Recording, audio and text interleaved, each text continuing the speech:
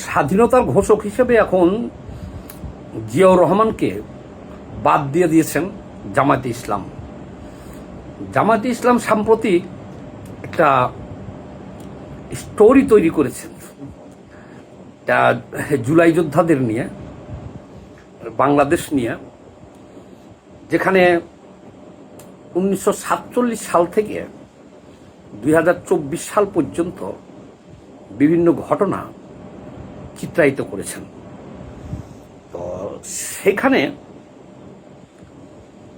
বঙ্গবন্ধু শেখ মুজিবুর রহমানকে বাংলাদেশের স্থপতি হিসেবে দেখানো হয়েছে, ছবি দেওয়া হয়েছে।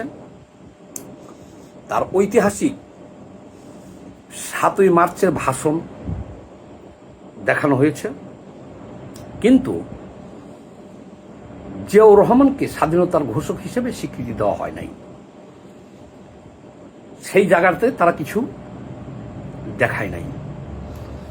যদিও তারা শেখ মুজিবুর রহমানকে স্বৈর শাসক হিসেবে চিত্রায়িত করেছেন, কিন্তু শুধু যে স্বৈর শাসক হিসেবে বঙ্গবন্ধু শেখ মুজিবুর রহমানকেই চিত্রায়িত করেছেন তা না, স্বৈর শাসক হিসেবে তারা পরবর্তী সবগুলো সরকারকেই তারা দেখিয়েছেন যে বাংলাদেশে সৎ লোকের শাসন কায়েম হয় নাই বা আইনের শাসন প্রতিষ্ঠা হয় নাই। জামাত ইসলামের স্লোগান হলো সৎ লোকের শাসন চাই, তারা সৎ লোকের শাসন। তাহলে এখন এটা নিয়ে আজকে বিস্তারিত আলোচনা করব। বাংলাদেশে আপনি সৎ লোক বলতেই জামাত ইসলামকে আপনার মেনে নিতে হবে, কারণ তারা সরাসরি বেহেশত বিক্রি করে। বাংলাদেশে আর কোনো দল বেহেশত বিক্রি করতে পারে না। তারা এবার দেখেন না, ভোটের আগে ঘোষণা দিয়েছে যে আপনি যদি একটা ভোট দাঁড়িপাল্লায় দেন তাহলে পরে আপনি বিনা হিসেবে বেহেশতে চলে যাবেন। জামায়াতের আর এক উল্লুক, ওর নাম কি ফয়জুল্লাহ নয়, ডক্টর ফয়জুল্লাহ, উনি তো বলেছেন আপনি যে বিড়িটা খাইতেছেন, এই বিড়িটা যদি আপনি যে শুকটানটা দিবেন, পুরা বিড়ি তো আপনি খাইছেনই, আবার যখন শুকটান দিবেন সেই সময়েও যদি আপনি জামাতের নিয়তে বিড়িটা খান, জামাতের কল্যাণ কামনা এই বিড়িটা খান আপনি, তাহলে আপনি বিনা হিসেবে বেহেশতে চলে যাবেন। আবার জামাতের এক নেতা দেখছেন, শাহজাহান চৌধুরী চট্টগ্রামের, উনি বলছেন উনি এমন ক্ষমতা অর্জন করেছেন উনি সূর্যকে থামিয়ে দিতে পারেন। আবার আর এক নেতা দেলোয়ার হোসেন সাইদিকে চাঁদে দেখা গেছে, এরকম কথাও ওনারা প্রচার করেন। মোটের উপর কথা হলো কি, বাংলাদেশে বেহেশত কোন মানুষ পাবে কোন মানুষ পাবে না, কাকে দিতে হবে কাকে দিতে হবে না, এটা মনে হয় যে আল্লাহ থেকে তারা ইজারা নিয়ে আসছে। তো যাক, সেটা ভালো কথা, কিন্তু সমস্যা হলো কি যে এই সমস্ত সৎ লোকগুলা এখন বাংলাদেশে যত ধরনের শিশু নির্যাতন হইতেছে, এসব সৎ লোকরা ধরা পড়তেছে। বিভিন্ন মাদ্রাসায় শিশু নির্যাতন করে যাদের চুল কাইটে দেওয়া হইতেছে, গলায় জুতার মালা দিয়ে ঘুরানো হইতেছে, শেষে দেখা যেতেছে উনি একজন সৎলোক। আবার ওই সৎলোক মনে করেন না, আপনি আমি যে সৎলোক চিনি বা মানি, এটা জামাতি সৎলোক ধরা পড়তেছে জুতার মালা গলায় সহকারে। আবার হিজড়া নিয়া ধরা পড়তেছে, সেটাও হলো জামাতের সৎলোক। সাম্প্রতিক দেখেছেন শিবিরেরা এই যে পরিবার ব্রিজের উপরে ধরা পড়ল হিজড়াদের সাথে, হিজড়াদের অকাম করে তারা পয়সা দেয় নাই। কত বড় দুশ্চরিত্র দেখেন, যে হিজড়াদের ব্যবহার করিয়া তাদের বিল পর্যন্ত এরা দেয় না। এরা হলো সৎলোক, মানে শিবিরও হলো জামাতের অঙ্গ সংগঠন, এরাও সৎলোক। তারপরে ধরেন বিশ্ববিদ্যালয়ের হলে ধরা পড়ল সমকামিতা করে, এরাও শিবিরের সৎলোক। আবার জামাতের একজন এমপি একজন বালিকা নিয়ে ধরা পড়লো হোটেলে, উনি জামাতের সৎলোক। আবার এই যে অসংখ্য জামাতের সৎলোকগুলোর নমুনা দেখেন, ফরিদপুরে প্রবাসী স্ত্রীর ঘরে খাটের নিচে ধরা পড়লো, এটা জামাতের লোক, সৎলোক। কুড়িগ্রামে জামাতের আমির, কুড়িগ্রাম উপজেলা জামাতের আমির ধরা পড়ছে অন্যের স্ত্রীর সাথে, এটা হলো জামাতের সৎলোক। তাহলে সারা দেশে জামাতের সৎলোক হলো তারেক মনোয়ার, যে কিনা রকেটে চড়ে চলাফেরা করে। জামাতের সৎলোক হলো কাজী ইব্রাহিম, যিনি করুণার সাথে কথা বলে। জামাতের সৎলোক হলো আমির হামজা, যে কিনা সারাদিন পর্দার বিধানের কথা বলে, বিশ্বের সুন্দরী সুন্দরী নায়িকাগুলার বিভিন্ন অঙ্গ নিয়ে গবেষণা করে। তো এক কথাই হলো কি, জামাতের সৎলোক মানে হলো বাস্তবিক এরা হলো লুচ্চা বা বাটপার বা প্রতারক, এরা হলো জামাতের দৃষ্টিতে সৎলোক। তো যাই হোক, যেটা আলোচনা করতেছিলাম, যে তারা যে ডকুমেন্টারি তৈরি করেছেন, সেখানে তারা লিখেছেন 1947 সাল থেকে এ পর্যন্ত যত সরকার আসছে, কিন্তু সৎলোকের শাসন আসে নাই। তাহলে এবারকার বিগত 2 বছর সৎলোকের শাসন কিন্তু ছিল এই দেশে, এটা কিন্তু ওনাদের ওই ডকুমেন্টারিতে লেখে নাই। ডক্টর ইউনূসের নেতৃত্বে দেশ পরিচালনা করছে 2 বছর জামাত।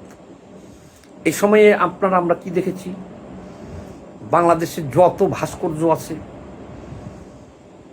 মুক্তিযুদ্ধের স্মারক আছে, স্মৃতিচিহ্ন আছে, বলছে এগুলো পাপ, সব ভেঙে ফেলছে। আবার তারা জুলাই স্মৃতি জাদুঘরে যে এই মূর্তিগুলো তৈরি করছে তারা।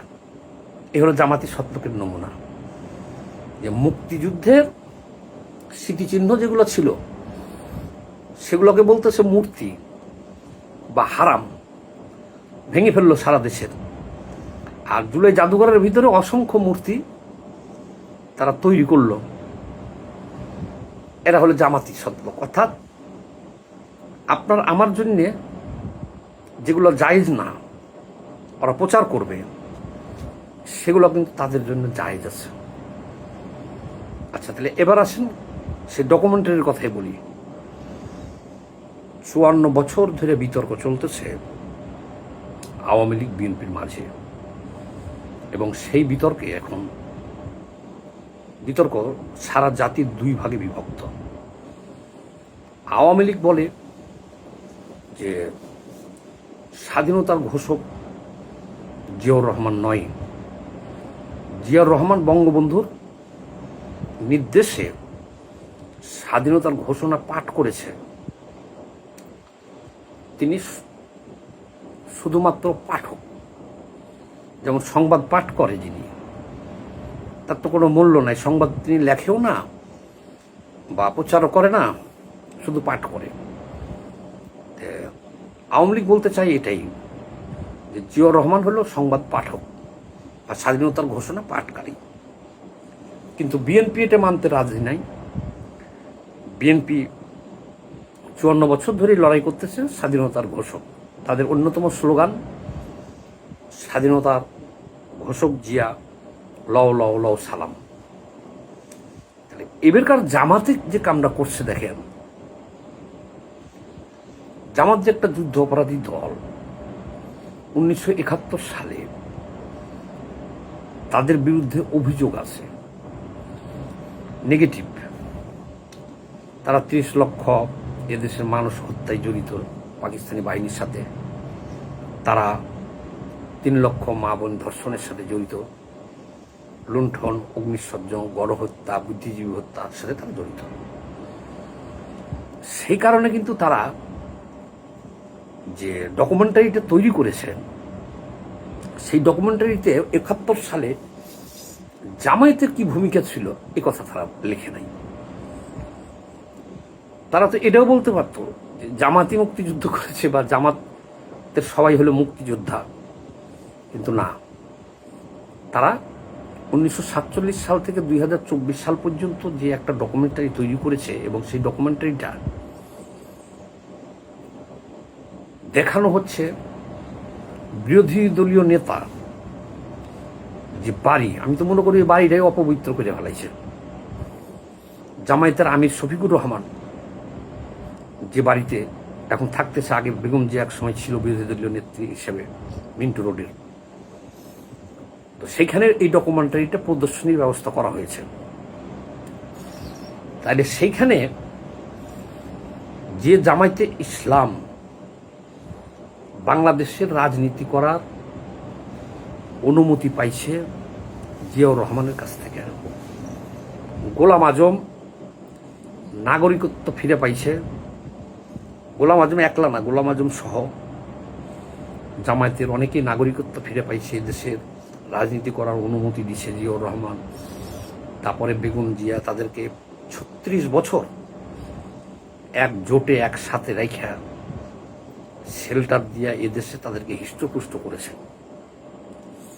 তারা নাকি এখন বিএনপির সাথে কত বড় গাদ্দারি করছে এটা চিন্তা করতে পারেন। যে আওয়ামী লীগ বলতেছে 54 বছর ধরে জিয়াউর রহমান স্বাধীনতার ঘোষক নয়, পাঠক, তাহলে এখন এই মুহূর্তে এসে বিএনপির সাথে বিশ্বাসঘাতকতা করিয়া জামায়াতে ইসলাম বিশ্বাসঘাতকতা করে জামায়াতে ইসলাম এখন সেই আওয়ামী লীগের কণ্ঠে সুর মিলাইয়া বলতেছে জিয়াউর রহমান স্বাধীনতার ঘোষক নয়। তাইলে স্বাধীনতার ঘোষক কি? এটাও কিন্তু ওরা আবার ঠিক করে রাখছে। ইতিমধ্যে বাংলাদেশের পচে যাওয়া 2 জন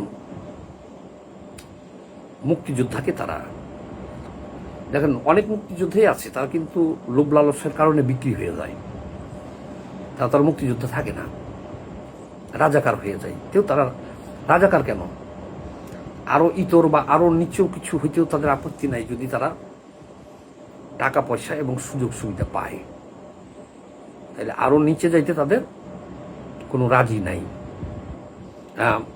নিচে যাইতে তাদের কোনো আপত্তি নাই। সরি,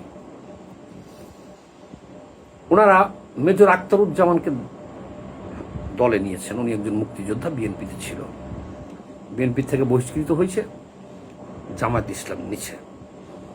তাহলে একজন প্রকৃত মুক্তিযোদ্ধা কখনোই রাজাকারের দলে যাইতে পারে না। দেখছেন মেজর আখতারুজ্জামানের সাথে আমার একদিন অনলাইনে একটা চ্যানেলে, সম্ভবত প্রবাস দর্পণ চ্যানেলে, ভীষণ রকমের গালাগালি তর্ক বিতর্ক হয়। ওনাকে স্বীকার করাইতেই পারি নাই যে জামায়াতে ইসলাম রাজাকারের দল, স্বাধীনতা বিরোধী দল, স্বীকার করেন না। উনি আরো উল্টা আমারে গালাগালি করছে, আপনারা দেখছেন। তাহলে এই একজন নষ্ট মুক্তিযোদ্ধা, আর একজন হলো কর্নেল অলি, 6 বার এমপি হয়েছে, 3 বার মন্ত্রী হয়েছে, এখনো আর লোভ লালসা শেষ হয় নাই। বিগত নির্বাচনের আগে বেশ কিছু আসন চেয়েছিল সে বিএনপির কাছ থেকে, সেই আসনগুলো না পাওয়ার কারণে সে জামাতের জোটে জোট দিয়েছেন। জোট দেওয়ার পরে জামায়াত ইসলাম ঘোষণা দিছে যে কর্নেল অলি হল স্বাধীনতার ঘোষক, ঘোষণা দিচ্ছে।